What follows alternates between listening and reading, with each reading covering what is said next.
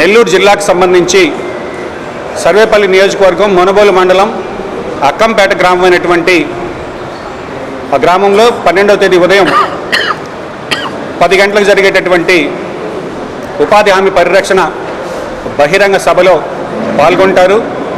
దాని తర్వాత మధ్యాహ్నం 3 గంటలకు కావలి నియోజకవర్గంలోని కావలి మండలంలోని ఆముదాలు దిన్నె అనేటటువంటి గ్రామంలో రచ్చబండలో పాల్గొంటారు. గ్రామాల్లో హక్కుతో కూడినటువంటి పని అంటే ఎవరైనా ఆ పంచాయతీ కార్యాలయానికో లేదా సర్పంచ్ దగ్గరకో వెళ్ళి మాకు పని కల్పించాలని అడిగితే 15 రోజుల లోపల చట్ట ప్రకారం వాళ్ళకి పని కల్పించలేనప్పుడు వాళ్ళకి జీతభత్యం ప్రభుత్వం విధిగా ఇవ్వాల్సినటువంటి పరిస్థితి.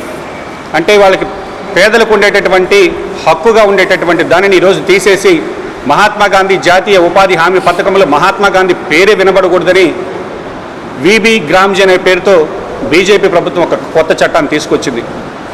ఈరోజు రాష్ట్ర ప్రభుత్వాల దగ్గర నిధులు లేవు. అన్ని రాష్ట్రాలు కూడా కేంద్ర ప్రభుత్వం ఉండేటటువంటి ఉపాధి హామీ పథకం మీదే ఆధారపడి పనిచేసేటటువంటి పరిస్థితి.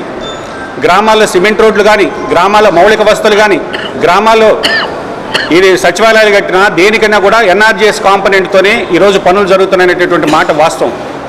ఈరోజు దీనికి సంబంధించినటువంటి రాష్ట్ర పంచాయతీరాజ్ శాఖ మంత్రి పవన్ కళ్యాణ్ గారు కనీసం నోరు మెదపకపోవడం దారుణం.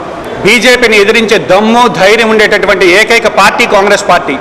ఈరోజు బీజేపీ తీసుకునే నిర్ణయాల్ని ఖండించగలిగేటటువంటి ధైర్యం ఉండేటటువంటి పార్టీ కాంగ్రెస్ పార్టీ, మా నాయకులు షర్మిలారెడ్డి గారు. కాబట్టి రాష్ట్ర ప్రజలందరినీ గమనించమని కోరుతున్నా, ఉపాధి హామీ అనేది కరోనా లాంటి సమయంలో కూడా లాక్డౌన్ నరేంద్ర మోడీ గారిని చూసాం.